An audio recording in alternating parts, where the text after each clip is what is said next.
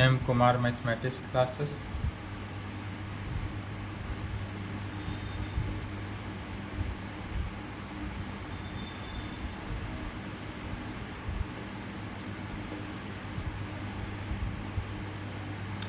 BSc part third session 21 से 24।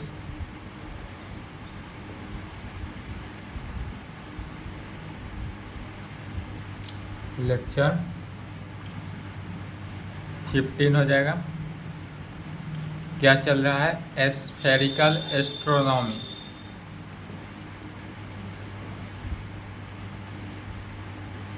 यही चल रहा था, एस्फेरिकल एस्ट्रोनॉमी। इस एस्फेरिकल एस्ट्रोनॉमी में चैप्टर 1 स्टार्टअप किए थे। चैप्टर फर्स्ट सेलेसियल स्फीयर, आकाशीय गोला के बारे में। Chapter first celestial sphere.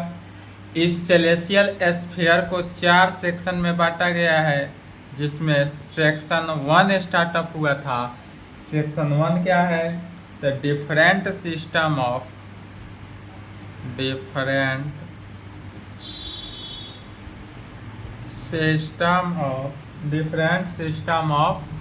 Coordinate इन सेलेसियल स्फीयर। क्या कहेंगे? सेक्शन 1 है, जिस सेक्शन 1 में कहेंगे different system of coordinate in celestial sphere. Celestial sphere का डिफरेंट सिस्टम बताना है, ठीक है। इसमें चल रहा था क्या? Definition and result.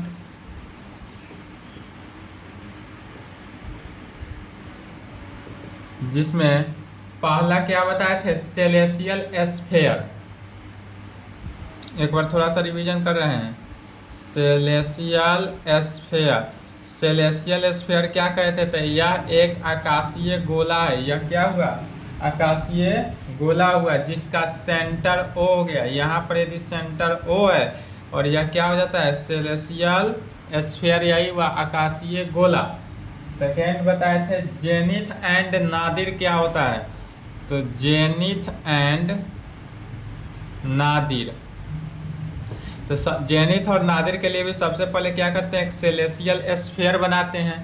यह जो सेलेसियल स्फीयर है, इस सेलेसियल स्फीयर का, और यहाँ से सेंटर से रेडियस हो गया, तो सेलेसियल स्फीयर का सेंटर तक आते हैं। सेंटर में क्या होता है? सेंटर से सटा हुआ पृथ्वी का सरफेस एरिया होता है। सेंटर बीचों बीच नहीं होता है, सेंटर से सटा हुआ पृथ्वी का एरिया होता है। यह यदि सेंटर हुआ तो यह सटा हुआ एरिया हुआ, और यह जो है इस प्रकार से पूरे डायमीटर में करते हैं। तो अपर वार्ड के डायमीटर को जेनिथ बोलते हैं, जेनिथ को जेड से डिनोट करते हैं। लोअर वार्ड को नादिर बोला जाता है, नादिर को एनए से डिनोट करते हैं। एनए मतलब क्या होता है? नादिर। जेड मतलब क्या होता है? जेनिथ। फिर बताए थे सेलेसियल होरिजोन क्या है? सेलेसियल होरिजोन, या नहीं तो सिंपल होरिजोन। सेलेसियल होरिजोन या होरिजोन किसे कहते हैं? तो अब जितना भी चल रहा है सभी में सेलेसियल स्फीयर तो बनाना ही है। तो यहाँ भी क्या करते हैं? पहले सेलेसियल स्फीयर बना लेते हैं। यह क्या हुआ? सेलेसियल स्फीयर बनाते हैं। इस सेलेसियल स्फीयर से क्या करते हैं? बीचों बीच पहले जेनिथ एंड नादिर बना लिए। जेनिथ नादिर सेंटर हुआ O। इस सेंटर O से हॉरिजॉन्टली यदि कोई नॉर्थ और साउथ में इस प्रकार से कटअप लाइनिंग या घूर्णन की गति को बता रहा है, या जो रोटेट हो रहा है, कोई भी रोटेट होता है, कोई भी ग्रह या उपग्रह वो अपने अक्ष पे ही रोटेट होता है। तो यह वह ग्रह का क्या है? पूरे अंतरिक्ष में आकाशीय सेलेसियल स्फीयर का, सेलेसियल स्फीयर में तो बहुत सारे स्टार हैं, उस बहुत सारे स्टार में से एक स्टार का क्या है? यह घूर्णन अक्ष है, और इसी को क्या कहते हैं? होरिजोन। और यही जो घूर्णन अक्ष हुआ, यह घूर्णन अक्ष जो है होरिजोन कहलाता है। अब देखते हैं आज axis and pole of celestial sphere. Celestial sphere का एक्सिस और पोल क्या है? यहाँ तक कल की क्लास में कंप्लीट हो चुका था। चलिए इसके आगे जानते हैं चौथा definition. Axis and pole of celestial sphere. Axis and pole of celestial sphere. Celestial sphere का एक्सिस और पोल क्या होता है? ठीक है, तो इसके लिए भी सबसे पहले क्या करना है? सेलेसियल स्फीयर का निर्माण करना है। सबसे पहले यदि हम यह मान लिए कि यह क्या है? सेलेसियल स्फीयर है, या जो जितने भी गोला बनाया जाएगा यह सब के सब कैसा गोला होगा? सेलेसियल स्फीयर में। अब इस, या तो सेलेसियल स्फीयर है, समझ गए। अब इस सेलेसियल स्फीयर में क्या करते हैं? यहाँ से जेनिथ डिस्टेंस तो ऐसा होता है, यहाँ से थोड़ा आगे से आके इस प्रकार से कटअप किए, या सेंटर ओ हुआ, अपर वाट के वैल्यू को P, लोअर वाट के वैल्यू को क्या कहते हैं? Q, और यह जो P हुआ यह क्या कहलाएगा? पोल। P क्या हुआ? पोल हुआ। और यह जो लाइन P और Q को जो ज्वाइन किया हुआ लाइन मिलाया, यही हमारा क्या कहलाता है? एक्सिस। जो P और Q को लाइन से ज्वाइन करा रहा है, यह लाइन हमारा क्या कहलाएगा? एक्सिस कहलाएगा। इसी को लिखेंगे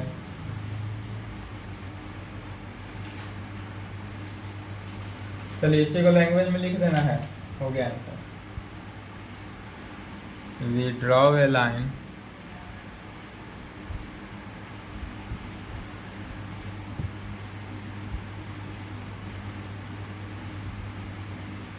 we draw a line through O and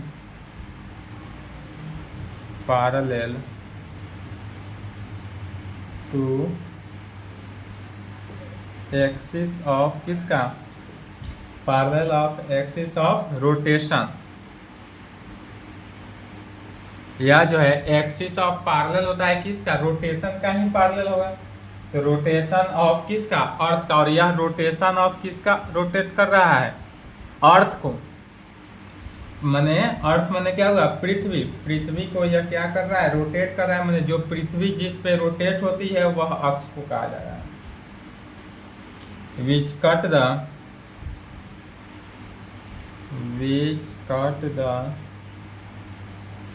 celestial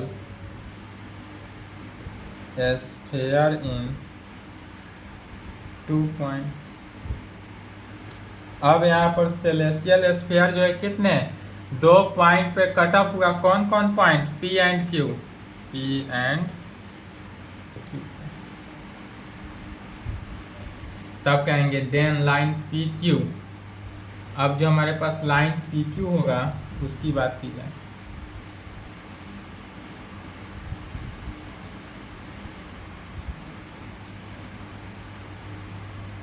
then line PQ is called axis। then line PQ is called axis of celestial sphere and end points P and Q।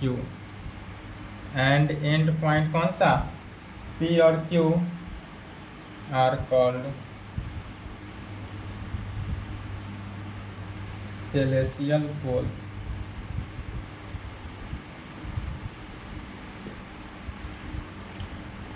Celestial pole किसे कहेंगे? तो then PQ जो line हुआ, या PQ line हुआ, या PQ line को कहा जाता है एक्सिस।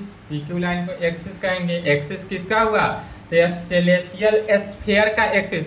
पूरे सिंबल को ध्यान से चलते जाना है कि जेनिथ किसको कहेंगे, नादिर किसे कहेंगे, पोल किसे कहेंगे। द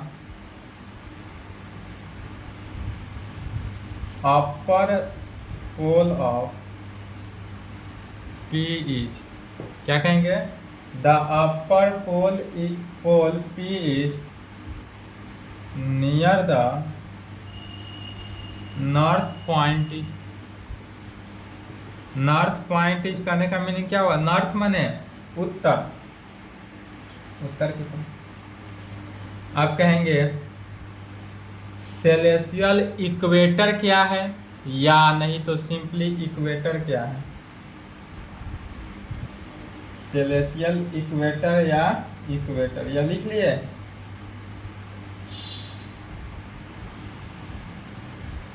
इस सब को अच्छे से डिफिनीशन देख लेंगे तो थ्योरम बनाएंगे, प्रॉब्लम बनाएंगे, तो वहां दिक्कत नहीं होगी।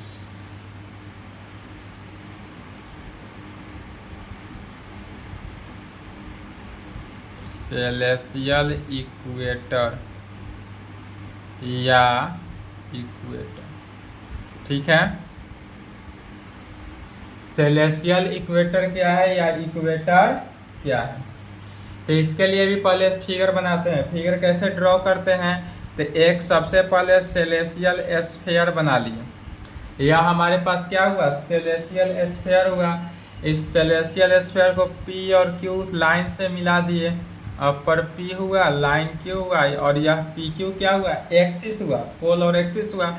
यह एक्सिस के बीचों बीच सेंटर O ले लेते हैं। एक्सिस के बीचों बीच सेंटर O, और पृथ्वी हमारा कहाँ है, तो इसी सेंटर O के परत में सटा हुआ है। ऊपरी सरफेस एरिया जो है वह सटा हुआ है। और यहाँ से यदि इस प्रकार से हॉरिजॉन्टली लाइन को यहाँ से रोटेट करता हुआ जाए, हॉरिजॉन्टली लाइन को रोटेट करता हुआ जाए, लेकिन यहाँ पर नाम हो जाएगा TR, तो यह क्या हो जाएगा, इक्वेटर। यही हो गया हमारा इक्वेटर। TR लिया गया, इसका नाम क्या हो गया, नामकरण TR हुआ, और यह हमारा इक्वेटर। बस इसी को लिख लेना है। We draw the celestial sphere, we draw the celestial sphere, we draw the celestial sphere with center O।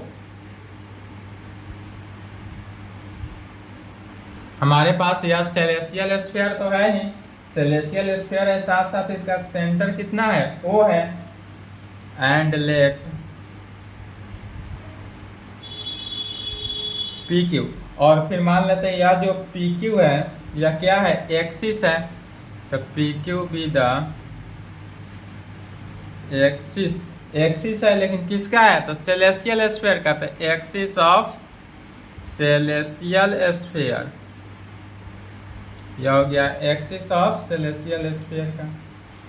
तब कहेंगे ए great circle with centre, a great circle with center O, which is perpendicular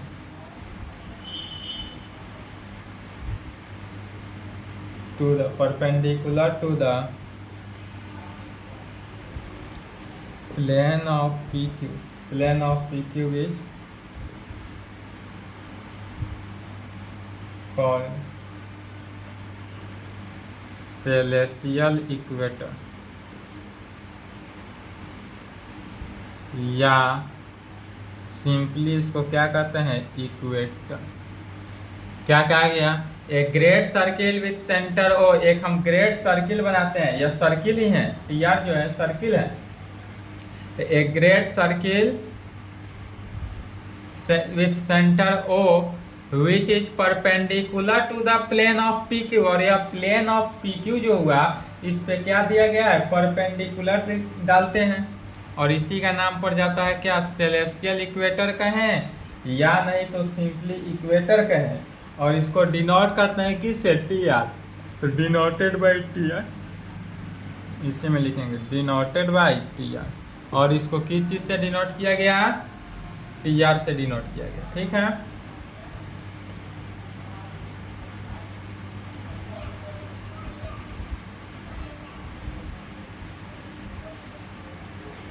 तब कहेंगे clearly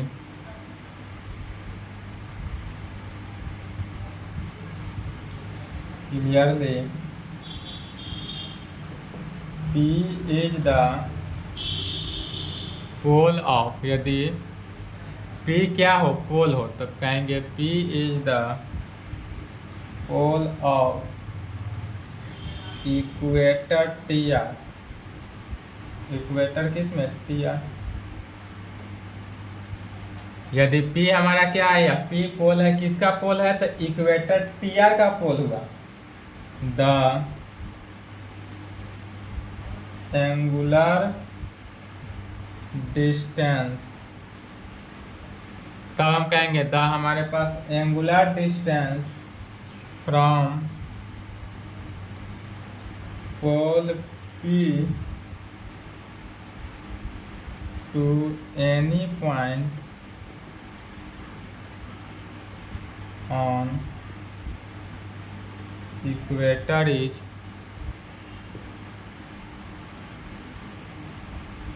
always क्या होगा, π/2 में। That is PT is equal to PR, और यह किसके, यहाँ से PT का है या PR का वैल्यू का है, दोनों कितना है, 90 डिग्री, या भी 90 डिग्री, या भी। तब कहेंगे एवरी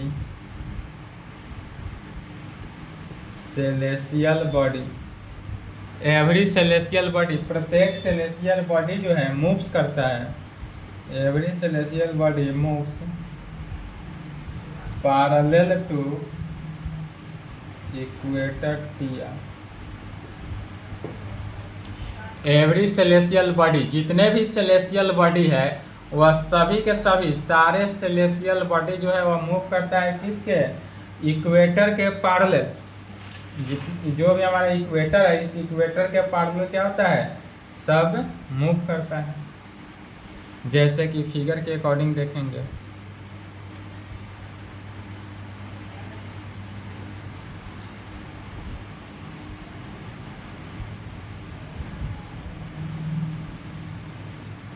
यदि हम यहाँ पर ले लेते हैं सेलेसियल स्फीयर ले लिए,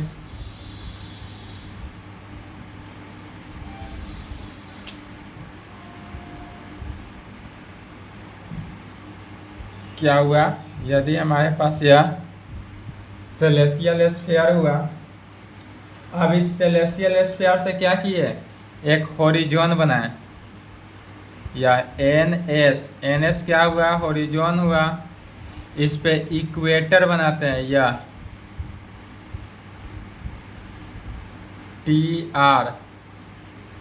TR क्या हुआ, इक्वेटर हुआ।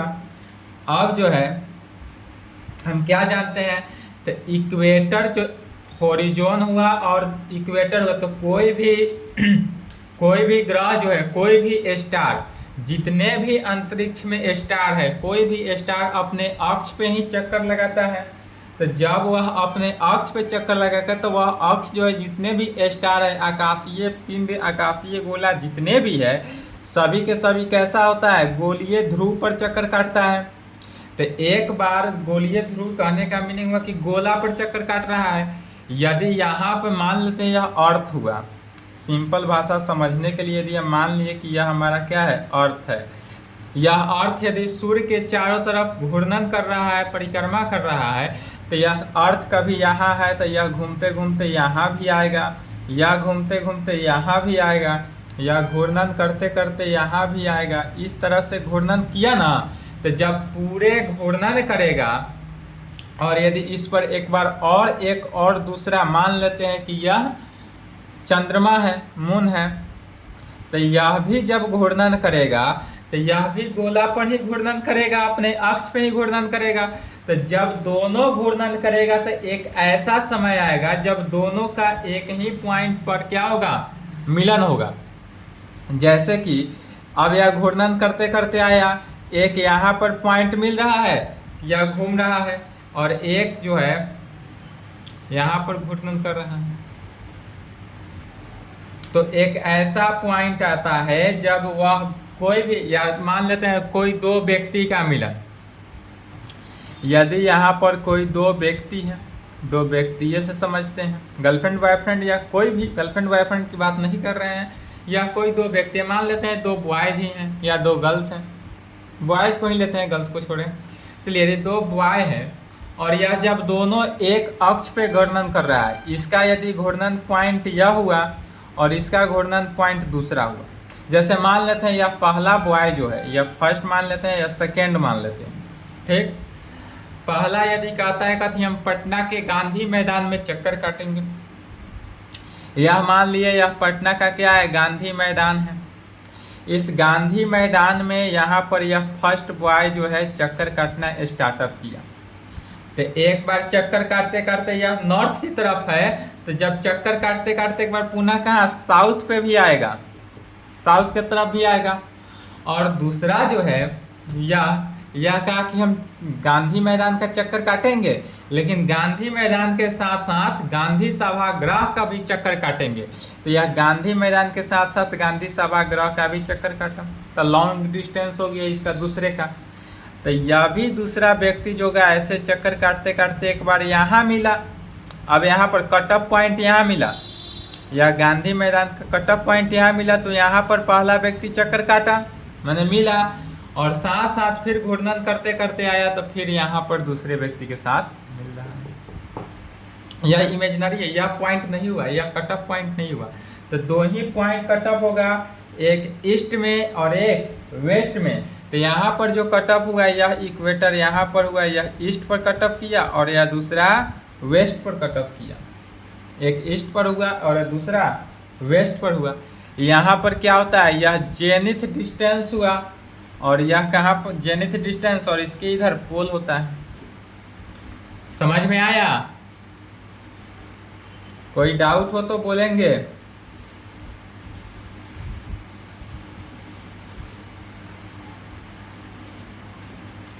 या यदि हम एक और सेलेसियल स्फीयर की रचना करते हैं, यह क्या हुआ हमारे पास, सेलेसियल स्फीयर। इस सेलेसियल स्फीयर पर यह जो हुआ हमारा होरिजोन का निर्माण, होरिजोन है, यह जो है NS, यह क्या है, होरिजोन है, होरिजोन, यहाँ भी होरिजोन ही था। इस पर एक इक्वेटर बनाते हैं, होरिजोन तो हुआ, होरिजोन के साथ साथ अब यह इक्वेटर हुआ TR, यह TR क्या है, इक्वेटर है, ठीक है। अब इसमें क्या करते हैं, इसमें जेनिथ डिस्टेंस तो बनाए थे, यह जेनिथ हुआ और यह पोल हुआ। जेनिथ को नादिर के साथ मिला दिए और पोल को P को Q के साथ मिला दिए, ठीक है। तब इस दोनों का बीच का सेंटर पॉइंट A मिला, तो यह सेंटर हुआ O। O क्या मान लिया गया, सेंटर को माने, और यह सेंटर हमारा O हो गया, ठीक है। तब कहेंगे the point of intersection, the point of intersection of horizon, the point of intersection of horizon NS, horizon हमारा NS हुआ, एंड इक्वेटर TR। तो होरिजोन का इंटरसेक्शन, होरिजोन और इक्वेटर यही दोनों का इंटरसेक्शन पॉइंट जो होगा उसी को वह कॉल्ड आर कॉल्ड, यह कहाँ पर कटअप कर रहा है, तो एक ईस्ट पर कटअप किया, दूसरा वेस्ट पर कटअप किया। ईस्ट पर जो कटअप किया उसको E से डिनोट करेंगे, जो वेस्ट पर किया उसको W से डिनोट करेंगे। तो are called east denoted by E, जो ईस्ट पर किया उसको E से डिनोट कर दिए, एंड जो वेस्ट पर कटअप किया उसको and west denoted by W, और जो हमारा वेस्ट पर कटअप किया उसको किस चीज से, W से डिनोट कर दिया। यहाँ तक अब समझ गए इंटरसेक्शन पॉइंट में कटअप क्या होगा।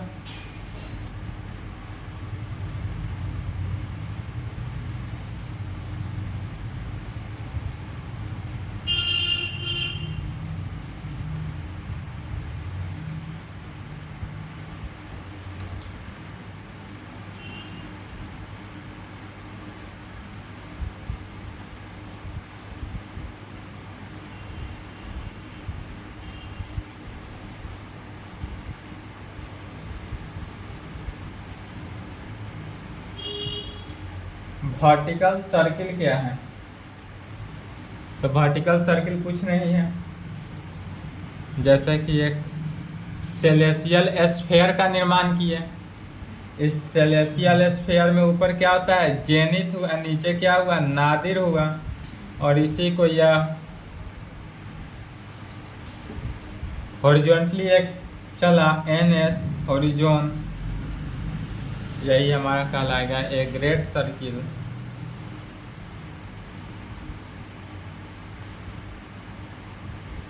which a great circle which passes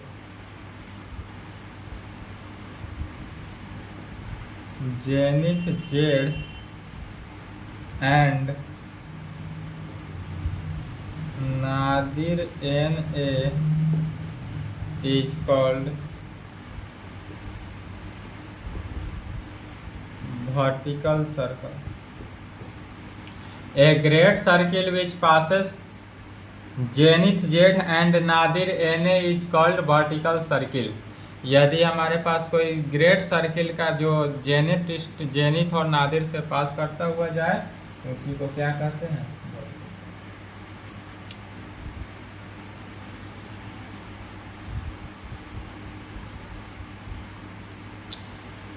3D board रहता तो अच्छा से समझ में आता। अंतरिक्ष या 3D का ही बात है, उसी में पढ़ाना चाहिए था। उस पर डायरेक्टली लाइव लोकेशन देखकर समझ में आता।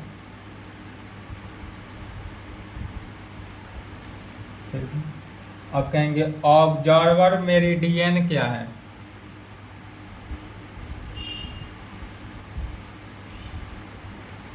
ऑब्जर्वर मेरिडियन, ऑब्जर्वर मेरिडियन क्या है? या ऑब्जर्वर मेरिडियन को ही एक और नाम से जानते हैं principal vertical.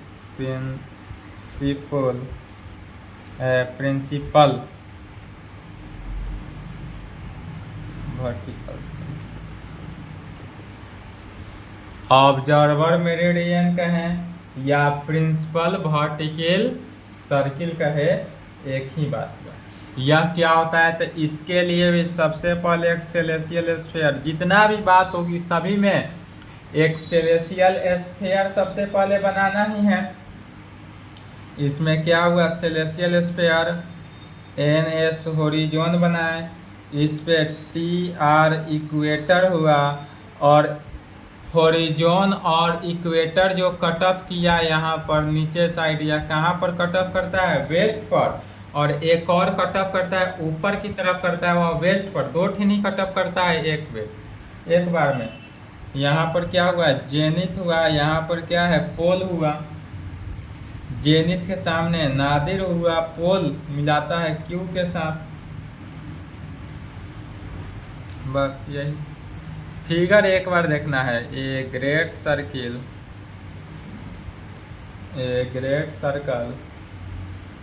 which passes through a great circle which passes through, कहाँ से पास कर रहा है? Zenith Z and nadir NA, zenith Z and nadir NA and poles P and Q, और P और Q पोल से पास कर रहा है। यह ग्रेट सर्किल जो है पूरे से पास कर रहा है। कैसा? कहाँ से पास किया? जेनिथ से, नादिर से, पोल से, ठीक है। ऑफ, और यह सब के सब किस कहाँ? Of celestial sphere, of celestial sphere की बात हो रहा है। और इसी का कहेंगे celestial sphere is called observer meridian. Observer meridian, observer meridian.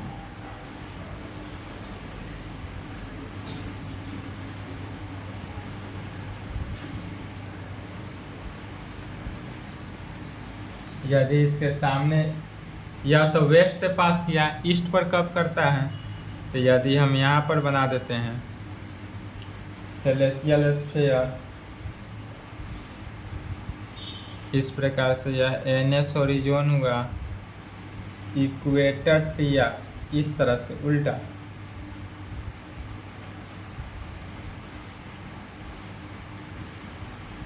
यह जो हुआ टीआर इक्वेटर, और यह कट ऑफ हुआ ईस्ट पर, यह ईस्ट पे कट ऑफ हो रहा है। अब यहाँ से जेनिथ इधर, अब पोल इसका इधर राइट हैंड साइड, तो जेनिथ इधर तो नादिर यहाँ, पोल यहाँ, तो क्यू यहाँ। यह जो हो गया हमारा ईस्ट पर कट ऑफ किया, तो दो ही पर कट ऑफ करता है, एक वेस्ट पर कट ऑफ करे तो ऐसा फिगर बनाएंगे, ईस्ट पर कट ऑफ करे तो ऐसा, वेस्ट पर करे तो टी आर राइट साइड और इक्वेटर मैंने राइट साइड बन जाएगा, और जब ईस्ट पर कट ऑफ करेगा तो इक्वेटर हमारा कहाँ से, लेफ्ट साइड से कट ऑफ होना चालू करेगा। तब कहेंगे हेयर, यहाँ जेनिथ जेड इज द, यहाँ पर जेनिथ जो है हमारे पास क्या है, जेड है, is the pole of horizon N S and P is the pole of, P is the pole of equator. Here यहाँ zenith Z is the pole of horizon N S and P is the pole of equator T R में। तब कहेंगे pole P is near the north point. हमारे पास पोल जो होता है P, यह P क्या है, पोल, वह नॉर्थ पॉइंट पर होता है, नॉर्थ पॉइंट एन, यहाँ पर होगा north point N.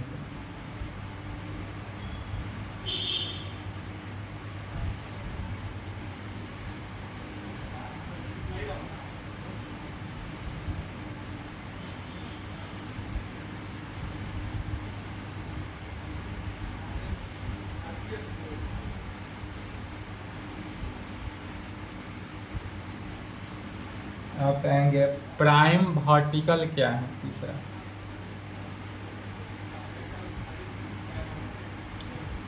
Prime vertical.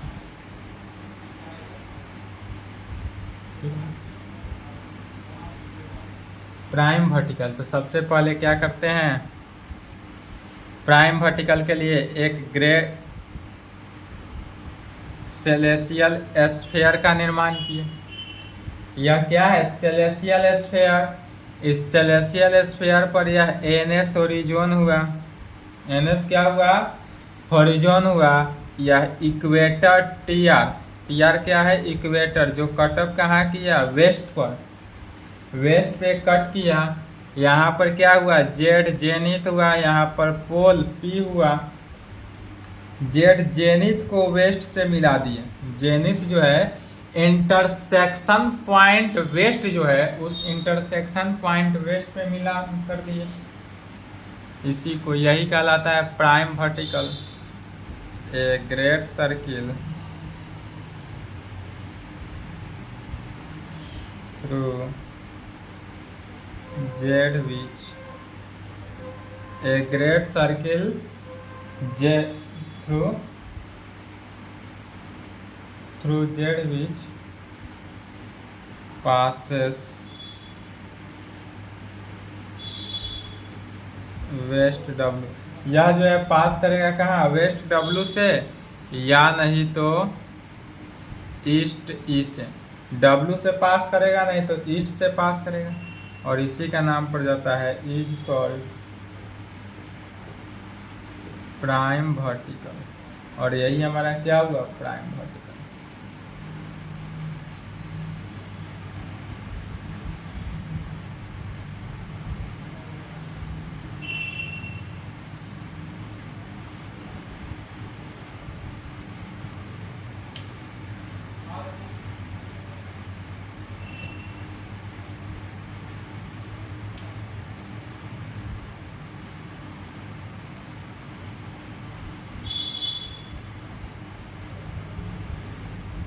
Ecliptic क्या है? इसी इक्लिप्टिक, सूर्य जिस अक्ष पे चक्कर काटता है, सूर्य जिस अक्ष पे रहता है वह सूर्य का अक्ष क्या कहलाता है? इक्लिप्टिक कहलाता है। इसी पे सूर्य रहता है। तो इसके लिए सबसे पहले सूर्य कहाँ रहता है सो समझते हैं। तो सबसे पहले तो सेलेसियल स्फीयर के अंदर ही रहता है, कोई भी सेलेसियल स्फीयर के बाहर तो होगा नहीं। तो यह सेलेसियल स्फीयर बना लेते हैं। इसमें देखते हैं यह टीआर इक्वेटर पहले बना लिया गया। यह जो बना है यह टीआर, यह टीआर क्या है? इक्वेटर। इक्लिप्टिक, जब सूर्य जो है, सूर्य के लिए होरिजोन कोई मायने नहीं रखता है, इक्वेटर बनाया गया।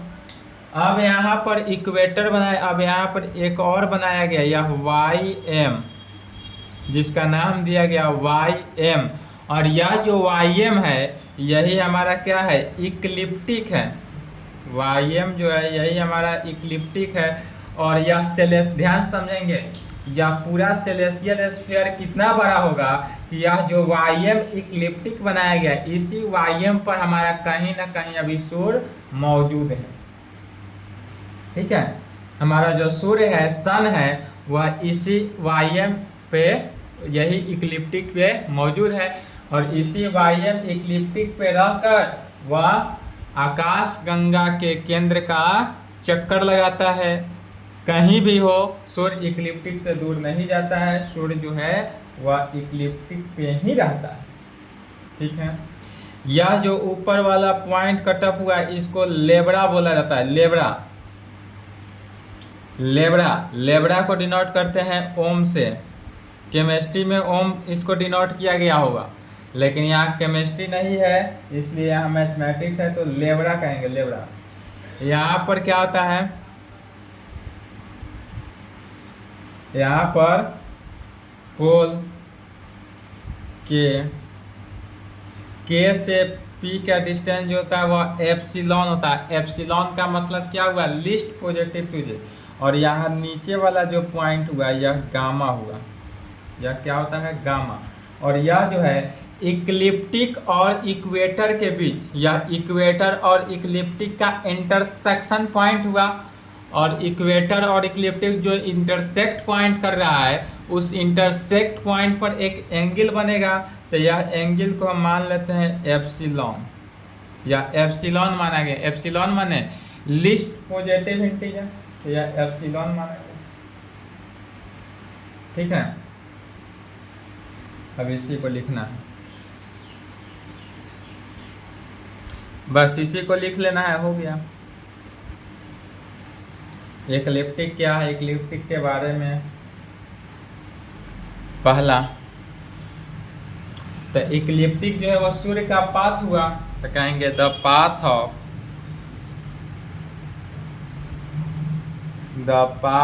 The sun. The path of the sun is called ecliptic.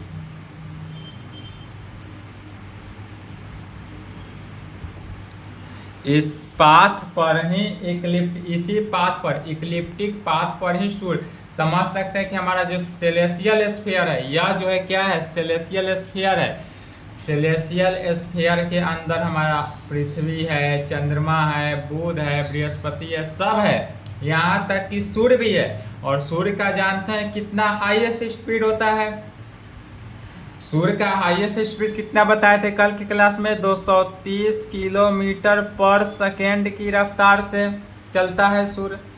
और यह इक्लिप्टिक है, इसी पे सूर्य रहता है। इस एक पूरा करने में यदि हम मान लेते हैं सूर्य हमारा यहाँ है, तो यहाँ से सूर्य जो है पूरे राउंड करके यहाँ तक पहुँचने में इसको टोटल कितना समय लगता है? 22 से 25 करोड़ वर्ष का समय लगता है, जिसका स्पीड कोई कछुआ की स्पीड नहीं है। स्पीड कितना है? 230 किलोमीटर पर सेकेंड। आपका क्लास 1 घंटा का यदि होता है तो इसका 1 घंटा में आप एक क्लास लेक्चर मेरा कंप्लीट करते हैं तो सूर्य उतना देर में कितना दूरी तय कर लेता है? 8,28,000 किलोमीटर। यदि जिस दिन हम 1 आवर का क्लास कंप्लीट कर देते हैं, इतना किलोमीटर पर आवर, 1 घंटा में सूर्य जो है 8,28,000 किलोमीटर का सफर तय करता है। इतना स्पीड किसी का नहीं है। ठीक, तो समझ सकते हैं कि हमारा जो सेलेसियल स्फीयर है कितना बड़ा है। और ऐसा सेलेसियल स्फीयर 100 अरब करोड़ से भी ज्यादा है अंतरिक्ष में। इसलिए अंतरिक्ष की बात ही कुछ और है। अंतरिक्ष का अनंत है। आसमान जो हमको नीला दिखाई देता है, या अनंत अनंत अंतरिक्ष में फैला हुआ है। इसका कोई लास्ट छोर आज तक नहीं मिला है।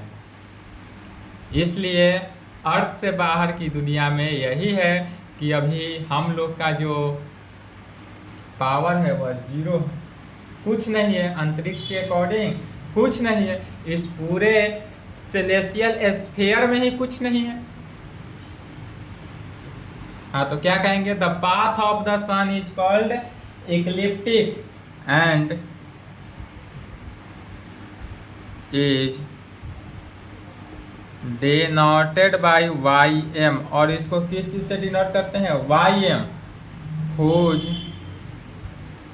पोल इज के। और इसका जो पोल होगा वह पोल क्या है? के।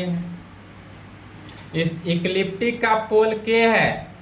यहाँ पर ध्यान देंगे, इक्लिप्टिक का पोल के लिया गया है और इक्वेटर का पोल P है।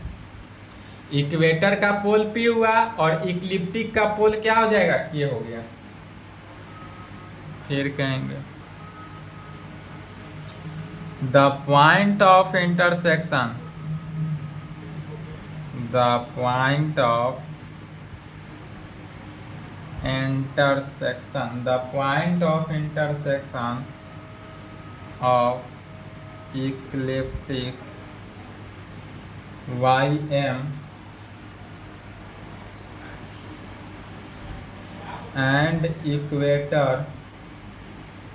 PR are called first part of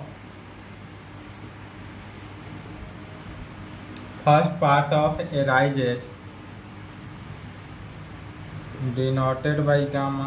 या फर्स्ट पार्ट, सूर्य जो है सबसे पहले कहाँ? गामा पर एराइज होता है। And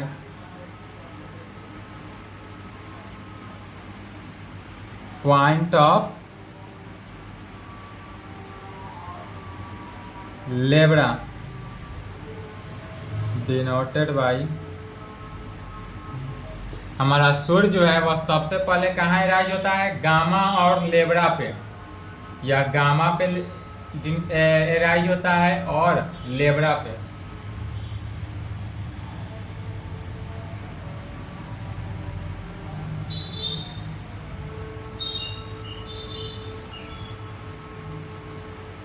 The angle between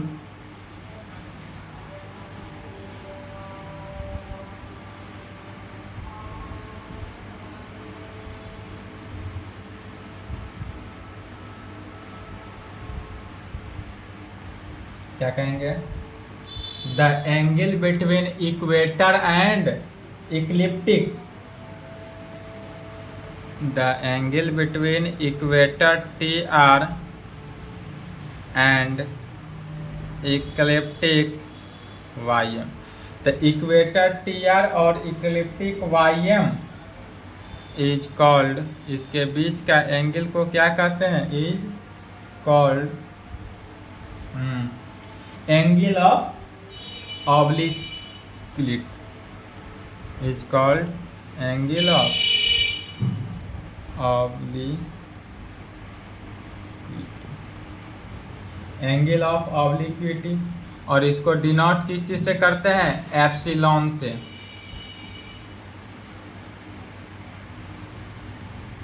and denoted by epsilon, यही एंगल हुआ, एप्सिलॉन से डिनोट कर देंगे। तब कहेंगे हैंस, यहाँ पर एप्सिलॉन का वैल्यू क्या हुआ? सो समझ लेना है। एप्सिलॉन का वैल्यू, एंगल जो हुआ एप्सिलॉन, या यह एंगल किस में बनाया था? एंगल एम गामा आर में, एम गामा आर। तो एप्सिलॉन जो हुआ वह एंगल एम गामा आर में हो गया। एम गामा आर कहें या इसी को आर्क, यह अब एम गामा आर्क जो हुआ यह आर्क ऑफ एम आर हो जाएगा। तो इसी को लिख सकते हैं आर्क एम आर में, आर्क एम आर कहें। यह आर्क एम आर जो हुआ, जो यहाँ भी आर्क के पी भी क्या है? सेम है। तो आर्क एम आर कहें या आर्क के पी कहें, दोनों ठीक है। दोनों ही स्थिति में यह क्या हो जाएगा? इक्वालिटी को फॉलो करेगा। नेक्स्ट लिखेंगे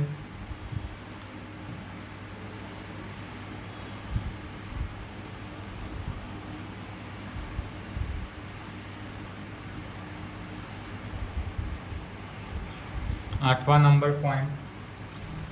यदि हमारे पास यह क्या हुआ? Celestial sphere, celestial sphere horizon, NS horizon हुआ, टीआर इक्वेटर हुआ, यह कटअप कहाँ किया? वेस्ट पे।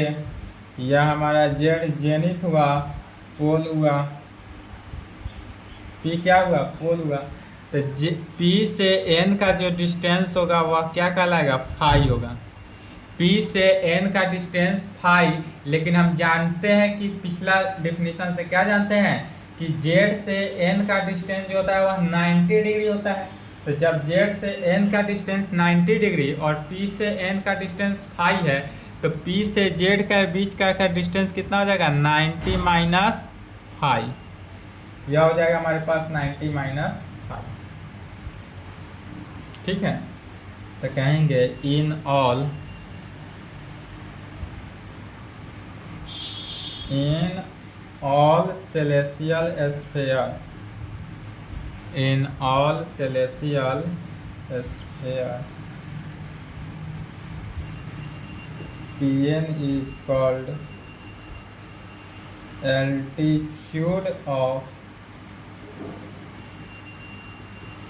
altitude of pole denoted by phi। यह एल्टीट्यूड ऑफ पोल जो है डिनोटेड बाई किस से? फाई को डिनोट करता है। 10 तब कह सकते हैं P से N का जो वैल्यू है वह कितना हो गया? फाई। यहाँ से P से N का जो डिस्टेंस हुआ वह क्या हुआ? फाई हुआ। इसी प्रकार जेड क्या हुआ? जेनिथ। जेड जो है वह जेनिथ है। since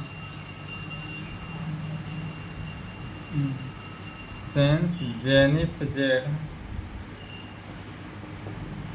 is the pole of horizon,